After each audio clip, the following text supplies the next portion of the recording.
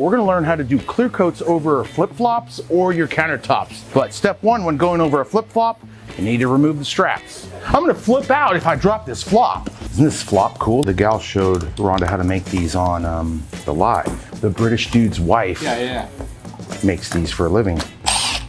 It would look better with a clear coat on there too. It would keep that protected. It looks sick. Life's a beach, then you die. There you go. Imagine getting smacked by this slip up by your mom. Pow! My mom threw a flip flop at me before when she's on the phone talking all nice.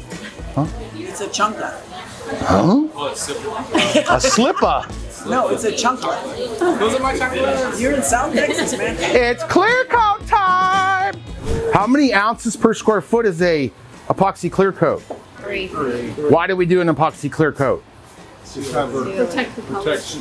Protection, and when you add spray paints and stuff like that, that's no longer food safe. The epoxy is certified food safe for incidental food contact, meaning your chicken breast hits on there, you're good to go. You don't want to use it for a plate and keep eating off of it over and over and over again, but you can, it's certified for prepping food type of things on, but you definitely don't want to use it as like a plate or a bowl or something like that. You don't want to put it in the dishwasher. Nope, you don't want to put it in the dishwasher. Just putting that out there. All right, so this is a art coat. This is a piece of art. When you're doing a clear coat over a countertop, it's a little bit different than doing a clear coat over art. When I'm going over a countertop, I'm going to use this 1/8 inch by 1/8 inch notch trowel. That's going to spread it super evenly and make coating a big countertop really fast than doing it by your hands. So whenever you use a trowel, it's going to leave iridescent trowel marks on that project. That's why we follow it back with a chop brush. But it's doing more than one thing. That chop brush is removing those trowel marks, and it's also mixing a third time on your project. So we're going to mix in the cup right here, or your mixing bucket with a paddle mixer for 2 minutes. Scrape the side, scrape your stick, mix. It's a very important step. If you mess up the mixing, it's not going to cure right. This is your foundation. You have to start right here. We mix in the bucket, and then I'm going to pour the material down on a countertop, right in the center of the countertop.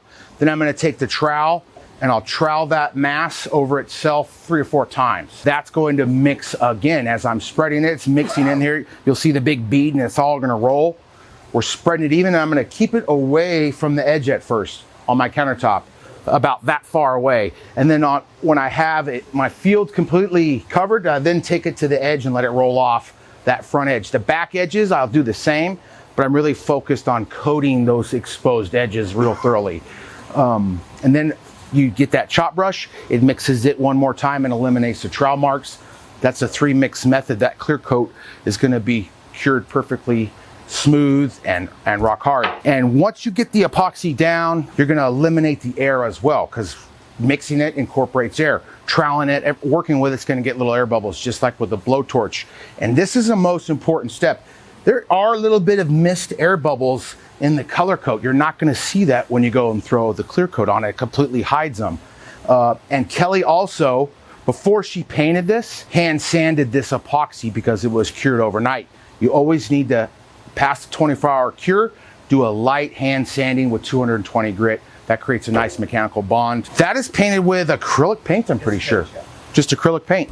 Don't sand it now. Correct. That's why, yeah. So if I forgot to sand the resin, I would come in here and hand scuff away from the paint. Right. And I would not use this as well, because I could scratch that paint. So I'm just going to use my gloved hand. It's a little, oh, that's epoxy good.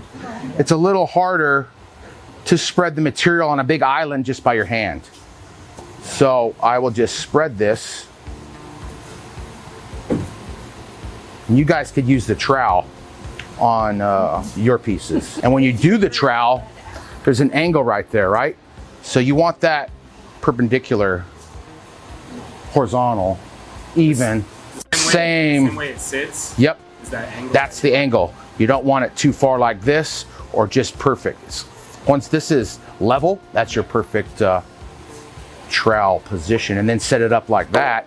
Everything runs off and you could reuse that trowel. I'll reuse a trowel like that 10 times before I'll clean the epoxy off of it. And then I'll just stick a knife, sheetrock knife right here, and peel right off, brand new.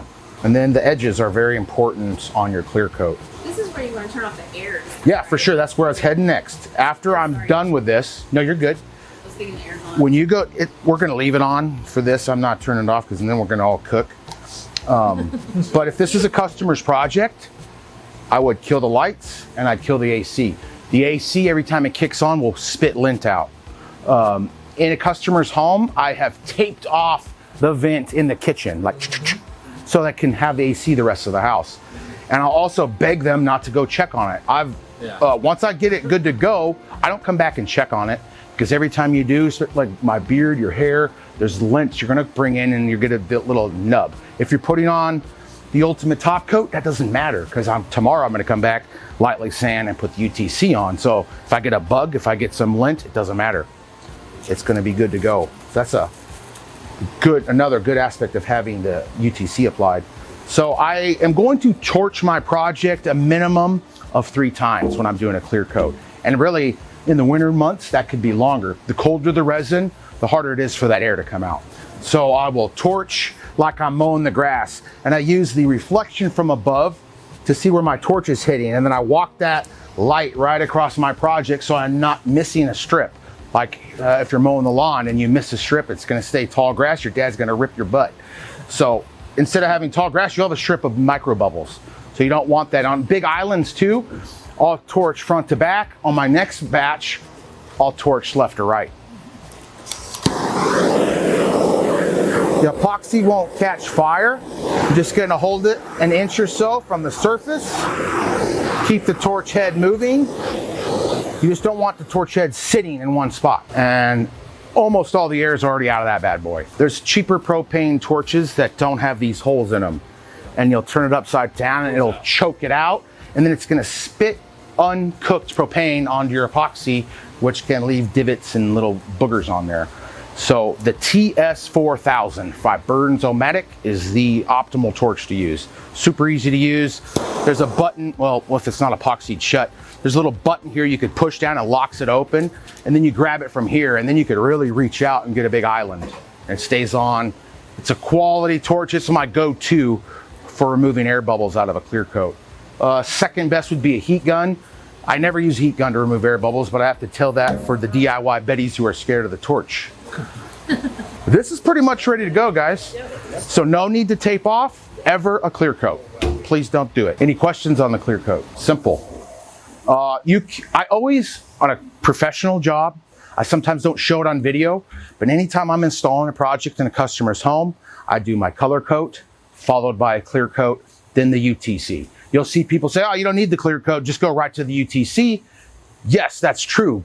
But what you're risking is, remember, these are the thinnest part of your project, right? So putting a clear coat to add another layer on those edges is definitely gonna help. It's gonna add some depth as well, and it's gonna add protection if you need to make a repair down the road.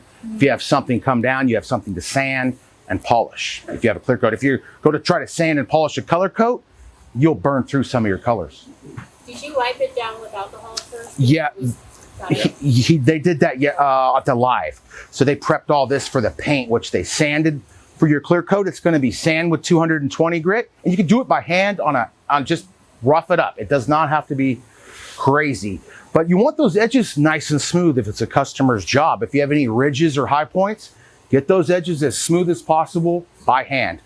Don't take a random orbital to the edge. You'll burn through and get to the MDF or get to your undercoat, and it's a pain in the butt to fix. Still can be fixed, but it's a pain in your butt. So just go by hand on those edges. And when you round that bottom edge, your edges should be pretty dang smooth. You won't have to worry about any high points. I have a silly question because I know this is a clear coat. But Yeah. do you ever build color into this to create more depth in your design? If anything, I've done like halo or diamond dust or gold dust at a very small amount that add a little bling.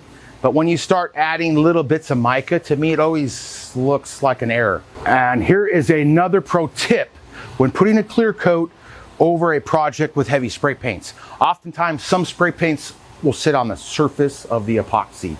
Golds, aluminums, like that aluminum from Big Mitch Marble. So if you go and take a sander to that, you can scratch that. So if I have dragged veins that I know are on the surface, I'm gonna hand sand that and avoid that little vein.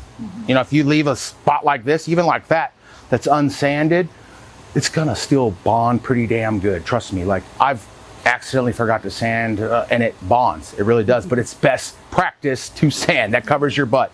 So if you have a little section that's not sanded, you're okay. It's better than scratching that paint that's on the surface, if that makes sense. So this will be cured and dried to the touch in about 18 to 24 hours, depending on heat and humidity. So in the winter time, I'm keeping my shop around 70 degrees when I'm working with the epoxy. You do not want it to drop below 65 degrees the first 2 days of curing.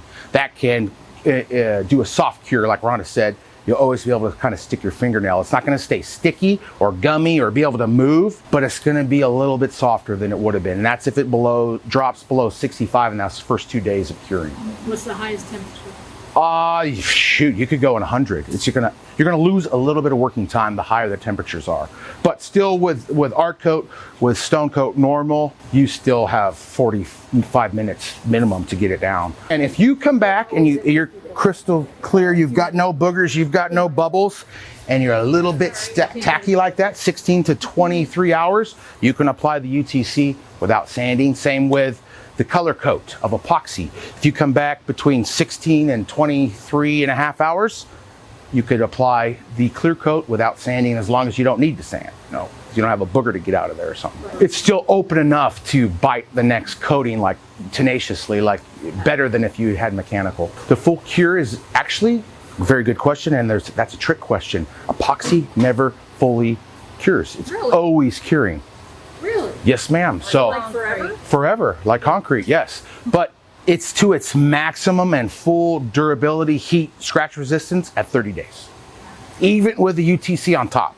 So that's another misconceived notion where the UTC, it cures it, we're good to go. Yes, that UTC is now a more hard protective layer as that epoxy is curing. That's why it could be used a little bit sooner. But in that first 30 days, it's softer, it's still curing. Real heavy items may still leave indentions down there, but as you remove them, this has a memory to it where they're going to come back. And if they're slow, you could grab a blow dryer and warm that up, and you'll watch it go right back up. It's really cool. So that was an aspect of the resin that we had to fight for in the epoxy. Originally, it was too rigid. So over overhang, and you leaned on it, you'd get a fracture, like a spider crack in the epoxy. We got to crank it down, make it a little bit more softer. Then you set something heavy, and you get a ring. So it's a chemistry. It's all the chemistry that they had to play with, and it was buckets and buckets of epoxy that we were testing before it was released to get the formula the way we wanted it. Going back into those testing things that you did to see durability over time. For sure. So that's a good question. We do that. We still compare our products versus new products on the market. We're still throwing it in the weather chamber. We still do, we've tested the UTC versus ballistics top coats that are out there. And our UTC performs better in my opinion. We're putting Rhonda's instructions onto our bottle. She has dialed in the amount of water with the mathematical equations to get it money every single time. Like, I refer to her instructions. So we're getting that on our bottles. We're doing a whole rebrand. So that's all coming on the UTC. Do you have a product that you can use on surfboards? Yeah, art coat. In the weather? Yeah, art coat would work for sure. You would almost do the same thing, but rather use Yellow? slowly over time. But so does any other surfboard, if you haven't noticed. So what's up, girl? We're mixed. Yeah, we got epoxy, guys. I gotta stop yapping. Get to mixing. So step one, lightly sand that project. You should have